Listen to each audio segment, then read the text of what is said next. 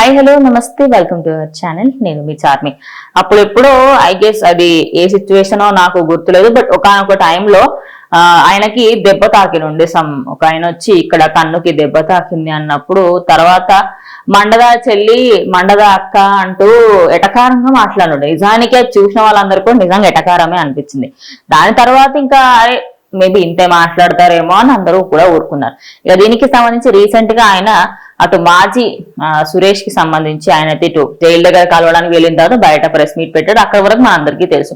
బయటకు వచ్చిన తర్వాత ఆయన మాత్రం అటు చంద్రబాబు నాయుడిని ఇమిటేట్ చేస్తూ ఉన్నారు. ఆ ఇమిటేట్ చేసిన మాటలు ఒకసారి చూసుకుంటే, చంద్రబాబు నాయుడు వస్తే 20,000 ఇస్తానన్నాడు, జగన్ అయితే 13,000 ఇస్తాడు. ఇదే టోన్ లో ఉండే ఆ వాయిస్ కూడా. నిజానికి ఆయన చాలా అంటే చాలా దారుణంగా చంద్రబాబు నాయుడిని ఇమిటేట్ చేస్తూ ఉన్నారు. ఇక దాని తర్వాత చిన్నపిల్లలు వస్తే నీకు 15,000 బాపా, నీకు 15,000.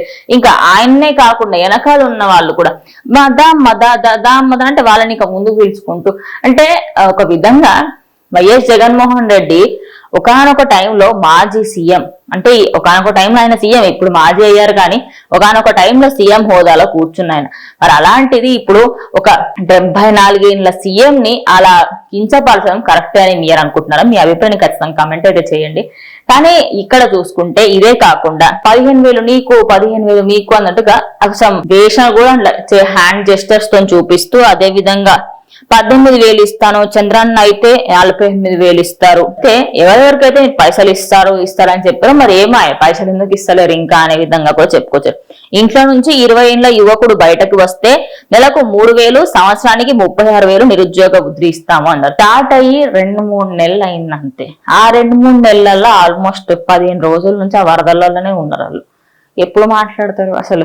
ఆయన ఎట్లా అంటే అసలు సిచ్యువేషన్ ఏంటి, ఆయన మాట్లాడేది ఏంటి కూడా ఎవరికి అర్థం అవ్వట్లేదు. కానీ ఆయన ఇమిటేట్ చేస్తుంది మాత్రం లిటరరీ ఎటకారంగానే ఉంది. అది కావాలనే అదిగో నార్మల్ భాషల్లో కూడా చెప్పొచ్చు, కానీ జగన్మోహన్ రెడ్డి చెప్తున్నాను తెలియాలి కాబట్టి ఆయన అదే విధంగా చెప్తాను అంటూ ఇంకా ఏవైతే హామీలు ఇచ్చారో వాటన్నిటికి సంబంధించి ఏవి పైసలు ఏవి నీకు వచ్చాయమ్మా నీకు వచ్చాయమ్మా అంటూ ఆయన చేస్తున్న ఆ వీడియో అయితే ప్రజెంట్ చాలా మట్టుకి ట్రోల్ అవుతుంది అనుకోవచ్చు.